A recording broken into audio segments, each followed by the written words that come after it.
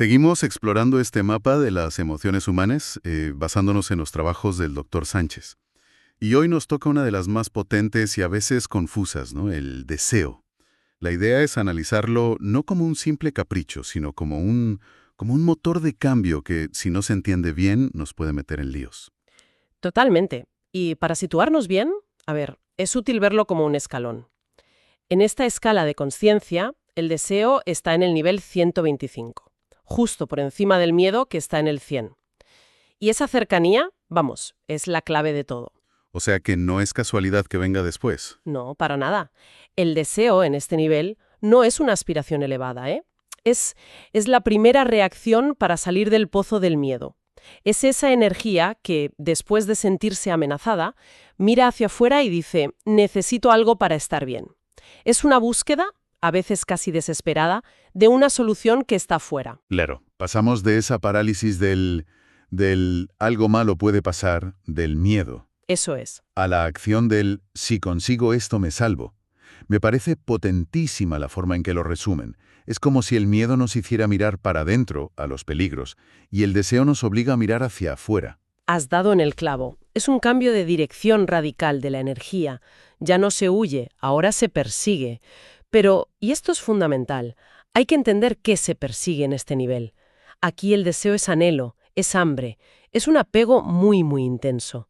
Es la ambición en su estado más crudo, ¿sabes? No es me gustaría tener, sino... No, no. Es necesito tener. Es casi vital. Es curioso porque esto suena a la base de toda la publicidad moderna, ¿no? La idea de que te falta algo, felicidad, estatus, seguridad, y que este producto o esta experiencia es la pieza que te falta. Exactamente. Has descrito la creencia fundamental que lo impulsa. La idea de que la felicidad está afuera. Se proyecta en un objeto, o en una persona, o en un logro. La capacidad de completarnos. La felicidad no se ve como un estado que se cultiva por dentro, Sino como un trofeo. como un trofeo, justo. Y mientras esa creencia esté al mando, pues el motor del deseo seguirá a toda máquina, siempre buscando el siguiente objeto brillante. Una promesa que, por lo que intuyo, rara vez se cumple de forma duradera. Pero esto me lleva a una pregunta. Si el deseo es esa reacción al miedo, ¿qué pasa exactamente en nosotros para que se dé ese salto? Parece casi automático. Lo es. Y la explicación a nivel del sistema nervioso es fascinante.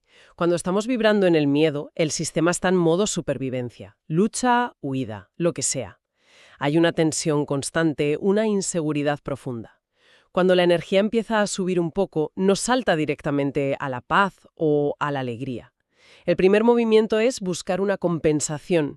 El cerebro pasa de protegerse de una amenaza a buscar una recompensa para calmar esa ansiedad. Es un mecanismo de autorregulación un poco primitivo, digamos. Es como si, después de aguantar la respiración bajo el agua por miedo, la primera reacción no fuera respirar con calma, sino dar una bocanada de aire enorme, desesperada. Me gusta mucho esa analogía, muchísimo. Describe perfectamente la energía del deseo en este nivel. Es esa bocanada desesperada. Después de sentir la contracción, la vulnerabilidad del miedo, emerge con una fuerza arrolladora el impulso de controlar, de poseer, de obtener, de asegurar el placer para no volver a sentir ese dolor, ¿sabes? Entiendo, la lógica es muy simple y muy humana. Si consigo esto o esto otro, entonces, y solo entonces, podré relajarme y ser feliz. Justo. Es una estrategia de compensación. Aunque también me pregunto si no es un poco injusto con el deseo. Al fin y al cabo, esa bocanada ha impulsado grandes cosas, ¿no? ¿Dónde está la línea entre este deseo compensatorio y la ambición que nos hace avanzar? Esa es una pregunta excelente y da justo en el centro del tema. La diferencia no está en el qué se desea, sino en el desde dónde se desea. El deseo que impulsa el progreso, el arte, suele nacer de la inspiración, de la curiosidad, de una plenitud que quiere expresarse.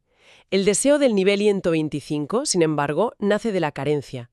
No busca crear, busca llenar un vacío. Es un parche para el miedo. Exacto. Por eso es tan importante aprender a identificar cómo se manifiesta en nosotros. Claro. ¿Y cómo podemos saber si estamos actuando desde ese deseo bajo o desde una aspiración más sana? ¿Hay señales claras? Sí, muy claras. El análisis las agrupa en 3 áreas, para que sea más fácil de ver. Empecemos por lo mental. Cuando el deseo opera desde la carencia, el pensamiento se vuelve obsesivo. La mente se fija en la meta y no hay sitio para nada más. Y esto viene con una comparación constante, agotadora, con los demás. Las redes sociales son un campo de minas para esto. Totalmente. Vemos vidas editadas y sentimos que la nuestra es insuficiente, lo que alimenta el deseo de tener lo que otros tienen. La mente vive en un me falta algo perpetuo. Y a nivel emocional, ¿cómo se siente? Porque uno pensaría que perseguir deseos te hace sentir vivo, pero parece que hay un lado oscuro. Es una montaña rusa, y nada placentera a largo plazo. Es un ciclo muy predecible. Primero, una ansiedad tremenda por conseguirlo, una inquietud que no te deja en paz. Si no se logra, frustración enorme, a veces ira, envidia. Y si se consigue, y esto es lo más tramposo, llega un pico de euforia muy, muy corto. Un subidón, pero es un espejismo. Casi de inmediato vuelve el vacío. La satisfacción es increíblemente fugaz. Y vuelta a empezar. Y vuelta a empezar. Esa insatisfacción pone en marcha de nuevo la búsqueda del siguiente objetivo. Lo que nos lleva a la conducta. ¿Cómo actúa una persona atrapada en ese ciclo? Porque imagino que se tiene que notar por fuera. Se nota, y mucho. A nivel conductual, una de las cosas más claras es la tendencia al exceso. El trabajo compulsivo, el workaholism, pensando que el siguiente logro traerá la paz. La búsqueda constante de validación externo, De me gusta, de comentarios. de la aprobación ajena, sí. Y por supuesto, este es el caldo de cultivo perfecto para las adicciones. Y no hablamos solo de sustancias, hablamos de adicción a las compras, a la comida, a las redes sociales. Cualquier cosa que ofrezca una recompensa inmediata para tapar ese vacío. Pensemos en el scroll infinito. Es un motor de deseo diseñado para no apagarse nunca. Cada vídeo, cada imagen, es una pequeña dosis de algo nuevo que mantiene al cerebro enganchado, buscando una recompensa que nunca llega a satisfacer del todo. Exacto. Es un diseño que explota este mecanismo a la perfección. Y una consecuencia de vivir así es una incapacidad profunda para disfrutar del presente. Es imposible. La mente está siempre en el futuro, en el cuando consiga X seré feliz. El ahora se convierte en un mero trámite. Hay una frase en el análisis que es demoledora. Se ha salido de la parálisis del miedo, pero no se ha llegado a la plenitud. Es un estado de mucha actividad, pero una actividad que nace de la carencia. Y eso a la larga es insostenible. Es la definición de agotamiento. Porque uno podría pensar, bueno, el deseo me motiva, y es verdad, pero si el combustible es la carencia, el motor acaba gripando.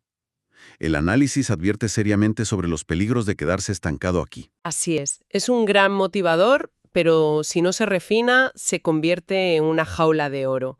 Los riesgos son claros. Genera dependencia emocional, donde tu felicidad depende por completo de otra persona.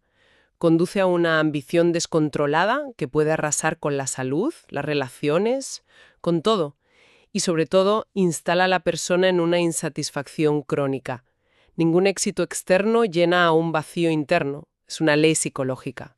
El resultado es lo que describen como vivir en un estado de nunca es suficiente. Es algo que he visto, y si soy sincero, en mí mismo. Consigues ese objetivo y la alegría te dura. Un día. A la mañana siguiente ya estás pensando, ¿y ahora qué? Es agotador.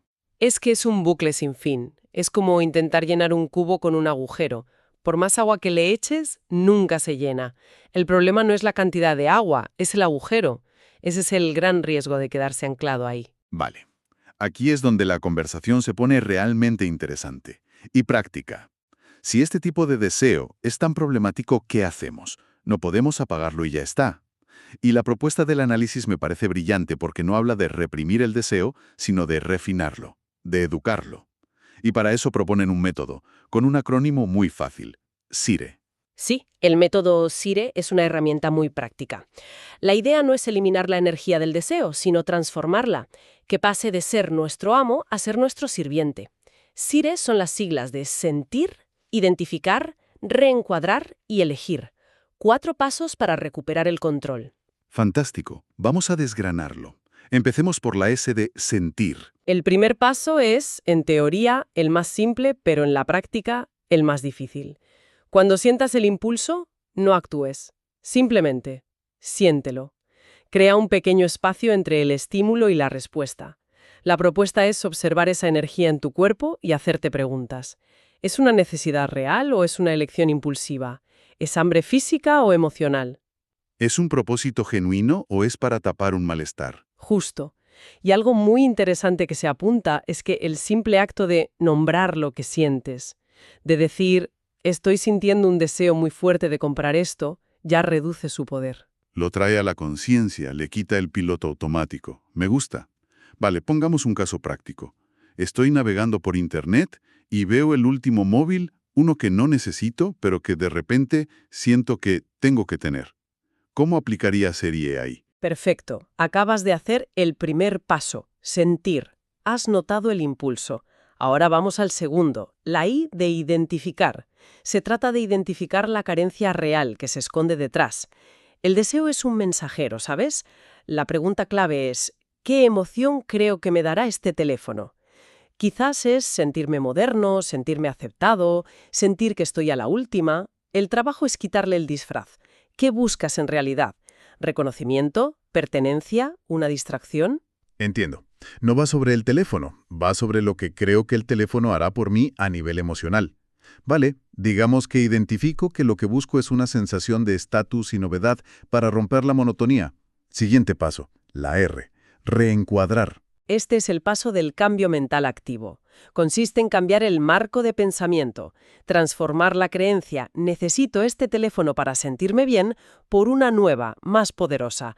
Deseo este teléfono, pero mi valor y mi felicidad no dependen de tenerlo. Puedo generar esa sensación de novedad de otras maneras. Exactamente. Es un matiz sutil, pero que lo cambia todo. Este cambio de perspectiva transforma el apego en una elección consciente. Ya no eres esclavo del impulso. Pasas de la necesidad a la preferencia, de lo necesito a lo elijo. Y eso nos lleva al último paso, la E de elegir.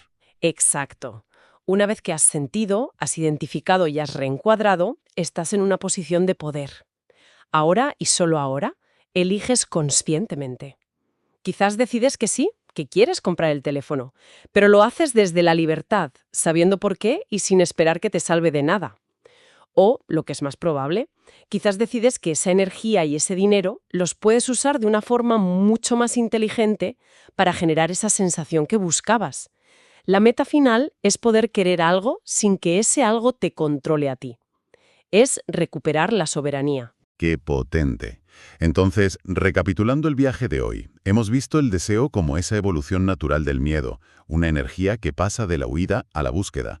Hemos desgranado cómo se manifiesta a nivel mental, emocional y de conducta, siempre desde la carencia. Hemos analizado los peligros de quedarse atrapado en ese ciclo de nunca es suficiente. Y, lo más importante, hemos explorado un método práctico, SIRE, para refinar ese deseo y ponerlo a nuestro favor. Así es.